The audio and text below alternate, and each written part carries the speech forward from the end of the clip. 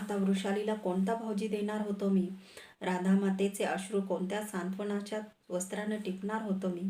मेघमालेच्या मस्तकावरचा कुंकुम तिलक कुठल्या धैर्याने पुसणार होतो? कुणाच्या हाती गुरूंचा दिग्विजयी राजध्वज देणार होतो? कुणाशी जीवनातील सुखदुःखांची बोलणी करणार होतो? शोन, लहानांनी आज्ञा करायच्या नसतात असं कुणावर रागवणार होतो? Shown, shown. ग्रीष्मातल्या चातकासारखं माझं मन आक्रोशत होतं. आज खऱ्या अर्थानं मी एकाकी पडलो होतो. जीवन म्हणजे नश्वरतेचा महासागर वाटत होता. अर्थशून्य कलहाचा अनंत अर्णव वाटत होता. आकाशाएवढा विशाल पोकळीचा खड्डा पोटात पडला होता. पंचप्राणांचा महापूर अश्रूंच्या रूपानं डोळ्याच्या कडा फोडून वाहत होता. कवच कुंडलं दान करताना, महेंद्रावर मांडी पोखरली जाताना एवढं रक्तही शरीरातून पाझरलं नव्हतं माझ्या. त्याचे अर्धवट उघडलेले नेत्र मी तर्जनीने कायमचे पूर्ण मिटून टाकले. आपलं अशुभ, अभद्र, असमर्थ शरीर त्यानं पाहू नये असंच मला वाटलं. एरवी सुंदर दिसणारं हे क्रूर जग पुन्हा त्याच्या दृष्टीला सुद्धा पडू नये म्हणून मी त्याचं नेत्र मिटवून टाकले. माझ्या निस्तेज पडणाऱ्या कुंडलाबरोबरच भाव पलटत नेहमी काळे पडणारे त्याचे भावपूर्ण विशाल नेत्र मिटवून टाकले. जा शोन, निसंकोच जा. जगानं तोंड फिरवलेल्या या कर्णाकडं शेवटी तूही तोंड फिरवलंस तरीही निसंकोच जा. मनोमन पुटपुटत त्याचं तुटलेलं मस्तक तसंच धडाला जोडून ठेवलं. त्याचं मुख आच्छादण्यासाठी माझ्याजवळ वस्त्र नव्हतं. जगाला तलम उंची वस्त्र दान देणारा मी, माझ्या बंधूच्या मृत शरीरावर टाकायला माझ्याजवळ वस्त्र नव्हतं. मन आक्रंदत होतं. अश्वत्थामा आपण पण मोडून आपल्या मस्तकावरचं वस्त्र त्याच्या मुखावर आच्छादण्यासाठी वस्त्राची गाठ सोडू लागला. त्याचा हात सावरून मी वायुजिताच्या पाठीवरच्या पालनाचं वस्त्र फाडून घेऊन त्याचा मृतदेह झाकला. त्या अपुऱ्या वस्त्रातून माझ्या प्रिय बंधूचा एक हात बाहेर डोकावत होता. त्या हातात त्यानं मरतानाही घट्ट धरलेला खडक तसंच होतं. खाली वाकून महत्प्रयासानं त्याच्या मुठीतून मी ते कसंतरी सोडविलं. वर उठून ते हातात उंचवीत केवढ्या तरी मोठ्यानं ओरडलो, शोना, जगात एक कर्ण किंवा अर्जुनच जिवंत राहील. एकच अर्जुनाच्या स्मृतीनं सुद्धा शरीरात विष भिनल्यासारखं होत होतं. सर्वांग संतापानं थरथरत होतं. शोक, क्रोध या विरोधी भावनांनी देहाचा भाता तडकणार की काय असं वाटत होतं. मी प्रतिज्ञा केली पण काय उपयोग? अर्जुनाला ठार मारून शोन परत येणार होता थोडाच. तो या जगात नाही हे सत्य कटू असलं तरी सत्यच होतं. हातातील खडक फेकून शोनाचा मृतदेह आच्छादलेल्या वस्त्रावर कोसळून मी ढसाढसा रडलो. मी अंगराज नव्हतो, दिग्विजयी सेनापती नव्हतो, दानवीर नव्हतो, परशुरामांचा शिष्य नव्हतो.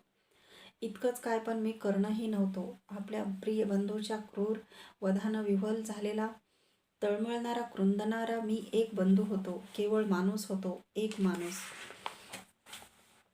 शोनाचा पार्थिव देह यमुना तीरावर दहन करून परतताना माझं मन सुन्न झालं होतं.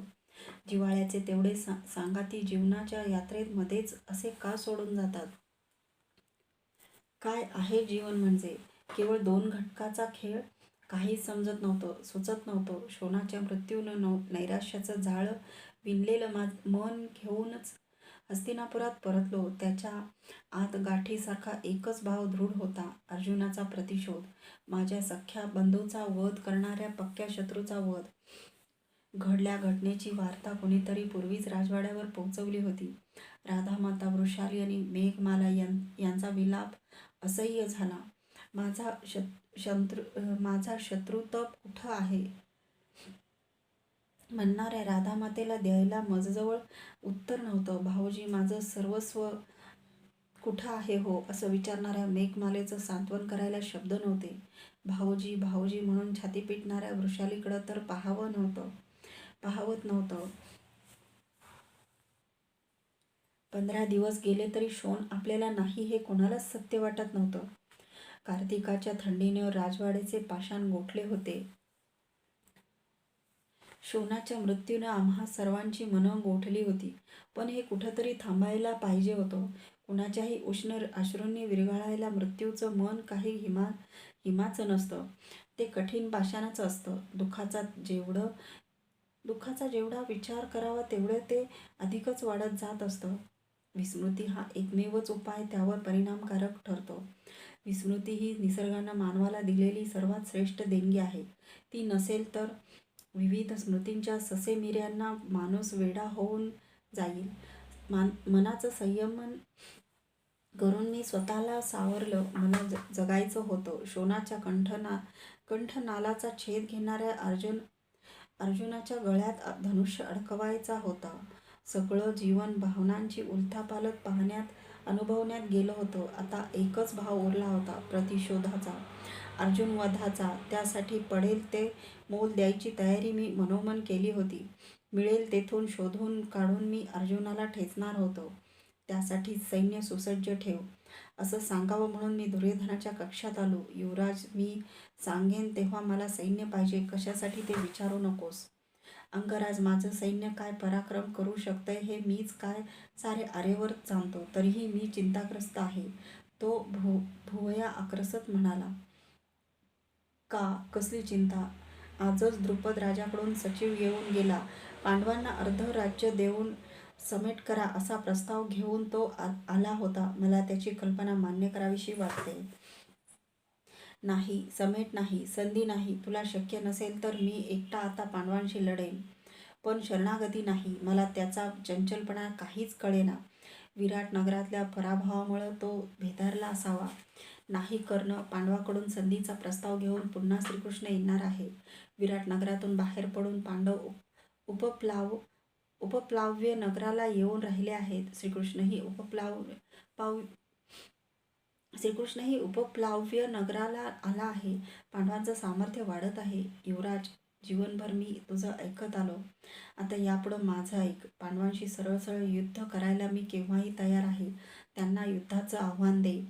कर्ण, मला सुद्धा पांडवांना काही द्यावं असं वाटत नाही, पण एकट्या अर्जुनानं आमची विराटनगरात जी शोभा केली ती पाहून त्या पाचांशी कसं काय तोंड देणार आपण, याची काळजी मला वाटते. मी दिग्विजयात पदाक्रांत केलेले सर्व राज्य आपल्याला सहाय्य करतील. आजच त्यांना संदेश धाड.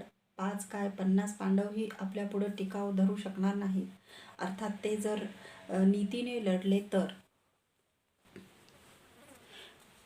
ठीक आहे, तशी मदतीची आशा असेल तरच पांडवांना अंगावर घेण्यात काहीच चुकणार नाही. मी सर्वांना पत्र धाडीन, पण ती तुझ्या नावची असतील. त्यांनी होकार दिला तरच मी श्रीकृष्णाच्या संधीचा प्रस्तावाला ठोकरण देऊ शकेल. पाठव दूत. मी त्याला माझ्या नावे देशोदेशीच्या राजांना पत्र पाठवायला मान्यता दिली. केवळ एकच शंका मनाला ग्रासत होती, श्रीकृष्णाची. दुर्योधनाने देशोदेशी धाडलेले दूत परत आले. अवंती, चेदी, मगध, संशप्तक, सिंध अनेक बलाढ्य देशांच्या राजाने आम्हाला ससैन्य पाठिंबा देण्याची तयारी दर्शवली. उपप्लाव्याहून श्रीकृष्ण प्रस्ताव घेऊन येणार असल्याची कुणकुण सर्वांना लागलीच होती. त्याप्रमाणे त्याचे पुरोहित ब्रह्मगार्ग्य ऋषी एकदा हस्तिनापुरात येऊन विदुर आणि पितामहांची भेट घेऊन गेलेही. त्यांची काय काय बोलणी झाली कुणालाच कळलं नाही. श्रीकृष्ण कोणत्या दिवशी येणार ते मात्र समजलं. कार्तिकातील पौर्णिमा धरून तो येणार होता. पांडवांच्या राज्यातील अर्धा राज्यभाग तो मागणार होता. त्याला नकार देण्याची कल्पना कुरु योद्ध्यांनीच उचलून धरली होती. शोनाच्या वधाचं सलणारं दुःख एकट्या मलाच नव्हे तर सर्व कुरु योद्ध्यांना पोळून काढत होतं. माझ्या मनाचा गरुड तर संतापाच्या शिखरावर चढून बसला होता. एकच निर्धार कायम होता, पांडवांशी युद्ध, निर्णायक आणि अंतिम युद्ध. अर्जुनाला कंठस्नान जरी हा निर्धार कायम होता तरीही इतरांप्रमाणेच मला प्रस्ताव घेऊन येणाऱ्या श्रीकृष्णाबद्दल आदर होता.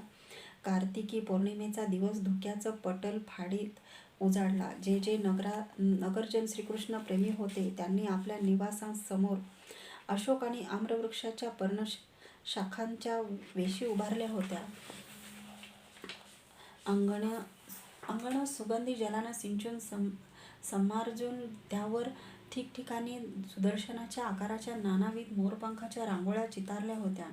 गुढ्या तोरण पुष्पमालांनी मढवून उंच उभारली होती. एका श्रद्धाळू श्रीकृष्ण भक्तानं तर आपल्या स्त्रीकडून अंगणात शिशुपाल वधाचा प्रसंग रांगोळीत चितारून घेतला होता. प्रत्येक उंबरठ्यावर सुवर्ण कलश गंगेच्या जलानं भरून ठेवले होते.